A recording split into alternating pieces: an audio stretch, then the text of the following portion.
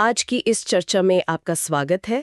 हम केवलम से कैवल्य किताब पर आधारित अपनी बातचीत की श्रृंखला को आगे बढ़ा रही हैं। अगर आपने इस श्रृंखला के पिछले संवाद नहीं सुने हैं तो उन्हें जरूर सुनिएगा, क्योंकि हर चर्चा एक दूसरे से जुड़ी है और आपको आज के विषय को समझने में और भी ज्यादा गहराई मिलेगी। बिल्कुल, एक तारतम्यता बनी रहती है। आज हमारे हाथ में जो सामग्री है वो इस किताब के शायद सबसे जरूरी अध्यायों में से एक है। शीर्षक है विद्यार्थी और आध्यात्मिकता। और सच कहूं तो इसे पढ़ते हुए ऐसा लगा जैसे ये आज के हर स्टूडेंट की कहानी कह रहा है जो एक शोर शराबे वाले डिजिटल जंगल में खो गया है।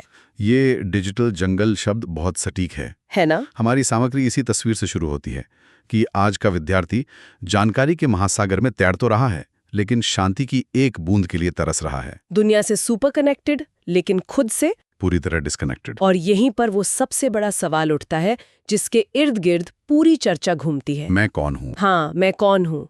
तो चलिए इस जंगल के सबसे घने हिस्से से शुरू करते हैं, जहां सबसे ज्यादा लोग खोए हुए हैं, सोशल मीडिया और झूठी पहचान की दुनिया। सामग्री कहती है कि विद्यार्थी अपनी असली पहचान को छोड़कर एक छद्म व्यक्तित्व या कह सकते हैं सूडो पर्सनालिटी बनाने में उलझे हुए हैं। हाँ, और यहाँ एक बहुत दिलचस्प तुलना की गई है। हम सब दूसरों की हाईलाइट रील को अपने जीवन के बिहाइंड द सीन से मिला रहे हैं। मतलब कोई अपनी शानदार छुट्टियों की तस्वीरें पोस्ट करता है और हम उसे देखकर अपनी रोज की भागदौड़ और परेशानियों से तुलना करने लगते हैं। और इसका नतीजा क्या होता है?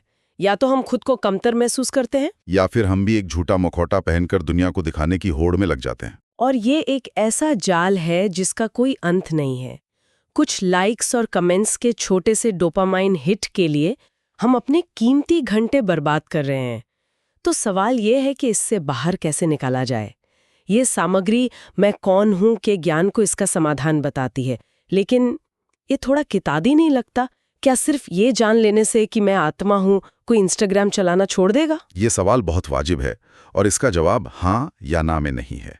देखिए, यहाँ विचार किसी चीज को छोड़ने का नहीं, बल्कि नजरिए को बदलने का है। जब कोई इंसान गहराई से ये महसूस करने लगता है कि उसका मूल्य, उसकी कीमत, उसके फॉलोअर्स की संख्या या उसके पोस्ट पर आए लाइक्स तय नहीं कर सकते, कि वो इनसे कहीं ज्यादा बड़ा और गहरा है, तब इन बाहरी चीजों की पकड़ अपने आप ढीली पड़ जाती है। मतलब अगर आपकी जेब में पहले से ही एक बेशकीमती हीरा है तो आप सड़क पर पड़े कांच के टुकड़ों के लिए नहीं भागेंगे। बिल्कुल यही बात है। यहाँ एक बड़ी कमाल की पंक्ति है, अपनी स्क्रीन को चमकाने से पहले अपनी बुद्धि को चमकाएं।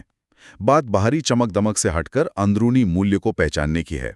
और यह सिर्फ डिजिटल दुनिया का सच नहीं है। नहीं, ये हमारी असल जिंदगी में भी घुस आया है। बिल्कुल। और यहीं से हम दूसरी चुनौती पर आते हैं, दिखावे की संस्कृति। महंगे फोन, ब्रांडेड कपड़े, पार्टियां, ऐसा लगता है कि सफलता को इन चीजों से नापा जाने लगा है। इस पर हमारी सामग्री एक बहुत अच्छी मिसाल देती है। ये कहती है कि दिखावे के जरिए खुशी ढूंढना वैसा ही है जैसे किसी ऐसी बाल्टी में पानी भरने की कोशिश करना जिसमें पहले से ही एक छेद हो। अच्छा। एक नए गैजेट या एक वायरल पोस्ट से मिला मजा और रोमांच वो कुछ ही देर में उस छेद से बह जाता है और आप पहले से भी ज्यादा खाली महसूस करते हैं। बिल्कुल। असली काम बाल्टी को भरने का नहीं, उस छेद को भरने का है, यानी अपने आत्ममूल्यों को मजबूत करने का। ये एक बहुत शक्तिशाली विचार है कि सादगी गरीबी नहीं, बल्कि एक भरी पूरी चेतना की निशानी है। पर यहाँ एक मुश्किल है। एक स्टूडेंट पर अच्छा करियर बनाने, अच्छी सैलरी पाने का इतना दबाव होता है, क्या इन सब के बीच ये सादगी वाली बात थोड़ी अव्यवहारिक नहीं लगती? यहाँ विरोधाभास लगता जरूर है, पर है नहीं। ये सामग्री ये नहीं कहती कि आप महत्वाकांक्षी न बने या सफलता न पाएं। ये कहती है कि आपकी खुशी और आपका आत्मसम्मान उस सफलता की शर्तों पर निर्भर न हो। ठीक है। और इसी सोच को आगे बढ़ाते हुए ये पढ़ाई को देखने का नजरिया ही बदल देती है। इसे एक बोझ या मजबूरी मानने के बजाय ईश्वर की आराधना या कर्मयोग की तरह देखने का सुझाव देती है। अच्छा, यहाँ आकर मुझे रुकना पड़ेगा। अपनी फिजिक्स की किताब को आराधना समझना, ईमानदारी से कहूं तो ये बहुत बड़ा वैचारिक फासला लगता है। मुझे तो अपना कॉलेज का समय याद है, जहां परीक्षा से पहले रात की पढ़ाई किसी तनाव भरी जंग से कम नहीं लगती थी। उसे कोई साधना कैसे मान सकता है? मैं आपकी बात समझता हूं और ज्यादातर विद्यार्थियों के लिए यही हकीकत है। लेकिन यहां का नजरिया थोड़ा अलग है। सोच कर देखिए, जब आप फिजिक्स पढ़ रहे हैं तो आप क्या कर रहे हैं? आप असल में इस ब्रह्मांड को बनाने वाले के नियमों को समझने की कोशिश कर रहे हैं। जब आप अर्थशास्त्र पढ़ते हैं तो आप समाज के व्यवहार के पैटर्न को समझ रहे होते हैं। ये सब उसी एक परम चेतना की रचना के अलग अलग पहलू हैं। अब तो आप कह रहे हैं कि विषय कोई भी हो, वो असल में उस बड़ी शक्ति की कारीगरी को ही समझने का एक तरीका है। बिल्कुल। और जब आप उस विषय में पूरी तरह डूब जाते हैं, आपकी एकाग्रता सिर्फ उसी पर होती है, तो वो अवस्था ध्यान से अलग कैसे हुई? ये बात तो है। और अगर इसमें एक भाव और जोड़ दिया जाए कि मैं ये ज्ञान इसलिए हासिल कर रहा हूं ताकि मेरी बुद्धि तेज हो और मैं इस दुनिया के लिए कुछ अच्छा कर सकूं, तो ये अपने आप एक सेवा बन जाती है। और जब कोई काम सेवा बन जाता है तो वो बोझ नहीं रहता, आनंद देने लगता है। ये नजरिया वाकई पूरी तस्वीर बदल सकता है। ये पढ़ाई को मेरे लिए से हटाकर सबके लिए बना देता है। लेकिन इन ऊंचे आदर्शों के बीच एक जमीनी हकीकत है जिससे आज का हर विद्यार्थी जूझ रहा है: मानसिक स्वास्थ्य, चिंता, तनाव, डिप्रेशन। इस गलाकाट प्रतिस्पर्धा ने जो माहौल बना दिया है, क्या हमारी सामग्री उसके लिए भी कोई रास्ता सुझाती है? हाँ, और ये बहुत जरूरी हिस्सा है। इस चिंता और तनाव के समाधान के लिए साक्षी भाव का एक बहुत शक्तिशाली उपाय बताया गया है। साक्षी भाव, इसका मतलब है एक गवाह या दर्शक की तरह देखना। पर मुझे ये थोड़ा निष्क्रिय सा लगता है। क्या इसका मतलब ये है कि अगर मैं परीक्षा में फेल हो रही हूं तो बस चुपचाप बैठकर खुद को फेल होते हुए देखूं? ये कैसे मदद करेगा? ये सवाल बहुत लोगों के मन में आता है। साक्षी भाव का मतलब निष्क्रिय होना या कोशिश छोड़ देना बिल्कुल नहीं है। यहाँ एक बहुत सुंदर रूपक का इस्तेमाल किया गया है। मान लीजिए आपका मन एक आसमान है। ठीक है। कि हम खुद को बादल मान लेते हैं। जब चिंता का घना बादल आता है तो हमें लगता है मैं चिंतित हूं, जबकि असल में हम वो आसमान हैं जिसमें बादल बस कुछ देर के लिए आए हैं और चले जाएंगे। बिल्कुल। साक्षी भाव का मतलब है खुद को बादलों से अलग करके उस आसमान के रूप में देखना। आप अपना 100% प्रयास करते हैं, पूरी मेहनत से परीक्षा की तैयारी करते हैं, लेकिन उसके परिणाम के बादल को अपनी पहचान पर हावी नहीं होने देते। अच्छा। असफलता या सफलता के बादल आएंगे और जाएंगे, पर आप यानी वो आसमान हमेशा वही रहेगा, असीम और शांत। ये आपको लचीला बनाता है, डरपोक नहीं। ये असफलता के डर को खत्म करने का एक तरीका है, अपनी पहचान को नतीजों से अलग कर लेना। और जब डर खत्म हो जाता है तभी शायद शिक्षा का असली मकसद पूरा हो सकता है, जो सिर्फ जानकारी इकट्ठा करना नहीं बल्कि चरित्र का निर्माण करना है। आपने बिल्कुल सही नब्ज पकड़ी है। हमारी सामग्री में एक बहुत तीखी लेकिन सच्ची बात कही गई है।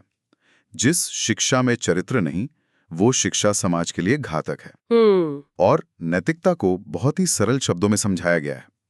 जब आपको कोई नहीं देख रहा तब सही काम करना, शॉर्टकट लेना, नकल करना, ये सब आपको शायद कुछ पल की सफलता दे दें, लेकिन ये आपके अंदर के आत्मसम्मान को धीरे धीरे खत्म कर देते हैं। तो ये सारे विचार बहुत गहरे हैं, साक्षी भाव, कर्मयोग, सादगी। लेकिन एक विद्यार्थी जो पहले ही सिलेबस और डेडलाइन के बोझ तले दबा है, वो इन सबको अपनी जिंदगी में कैसे उतारे? क्या कोई प्रैक्टिकल रोड मैप भी दिया गया है? हाँ, और यही इस सामग्री की खूबी है। ये सिर्फ फलसफा नहीं देती, बल्कि एक बहुत ही व्यवहारिक आधुनिक विद्यार्थी की पंचशील चेकलिस्ट भी देती है। 5 आदतें जिन्हें कोई भी आज से ही शुरू कर सकता है। चलिए इस पर बात करते हैं। ये एक तरह से दिमाग के लिए एक वर्कआउट प्लान जैसा लग रहा है। पहला कदम क्या है? पहला है डिजिटल डिटॉक्स। दिन के पहले और आखिरी घंटे में स्क्रीन से पूरी तरह दूर रहना। ओह। सुबह उठते ही और रात को सोने से ठीक पहले का समय हमारे अवचेतन मन पर सबसे गहरा असर डालता है। उस समय को दुनिया भर की सूचनाओं से भरने के बजाय खुद के साथ बिताना। ये सुनने में आसान है पर करने में शायद सबसे मुश्किल। दूसरा क्या है? दूसरा है मौन साधना। रोज कम से कम 15 मिनट आंखें बंद करके सिर्फ अपनी आती जाती सांसों पर ध्यान देना। ये भागते हुए मन को ठहराव देने और एकाग्रता को बढ़ाने का सबसे असरदार वैज्ञानिक तरीका है। तीसरा बिंदु आहार से जुड़ा है, आहार शुद्धि, जंक फूड से दूरी। यहाँ कहा गया है कि दूषित अन्न बुद्धि को भ्रमित करता है। इसे ऐसे समझिए, आप एक हाई परफॉर्मेंस स्पोर्ट्स कार में घटिया क्वालिटी का ईंधन डाल के उससे बेहतरीन प्रदर्शन की उम्मीद नहीं कर सकते। सही बात है। हमारा शरीर और दिमाग भी वैसा ही है। हम जैसा भोजन करते हैं, हमारी सोचने समझने की क्षमता पर उसका सीधा असर पड़ता है। ये कोई जादू नहीं, सीधा सरल जीव विज्ञान है। चौथा बिंदु मुझे व्यक्तिगत रूप से बहुत पसंद आया, कृतज्ञता। यानी जो आपके पास है उसके लिए शुक्रगुजार होना। जब आपका ध्यान इस बात पर होता है कि आपके पास क्या क्या है, तो इस बात की चिंता अपने आप खत्म हो जाती है। बिल्कुल, ये दिखावे की भूख को जड़ से मिटा देता है। और पांचवा? और पांचवा और आखिरी बिंदु इन सब को एक साथ जोड़ देता है, कर्मार्पण।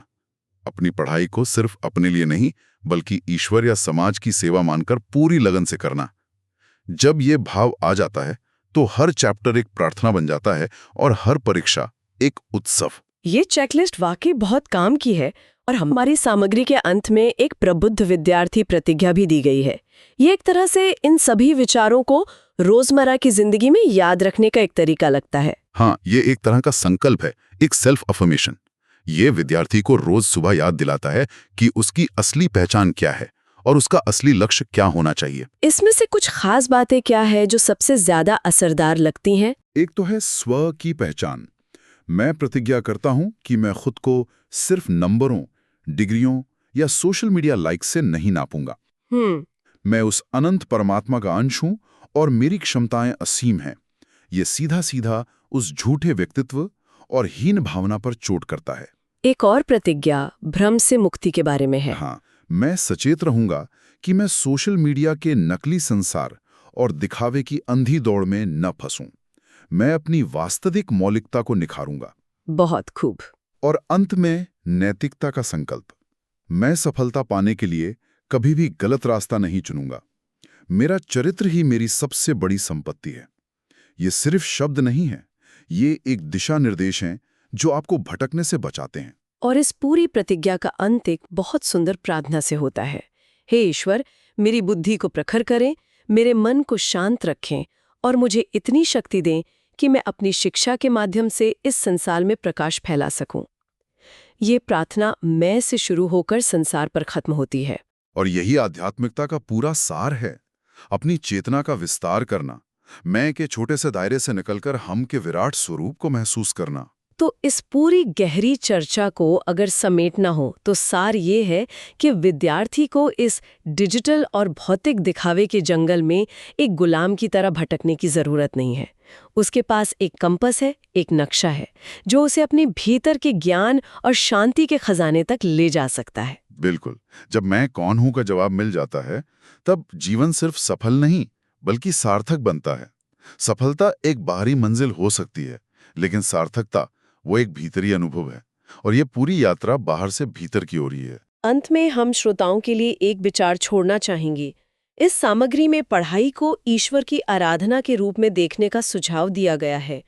जरा सोचिए, अगर हम सिर्फ पढ़ाई ही नहीं बल्कि अपने हर रोजमर्रा के काम को, चाहे वो ऑफिस का कोई प्रोजेक्ट हो, घर की सफाई हो या किसी से की गई एक छोटी सी बातचीत हो, उसे एक सेवा या ईश्वर को अर्पण के रूप में देखें, तो हमारे जीवन और हमारे काम करने के तरीके में क्या अद्भुत बदलाव आ सकता है।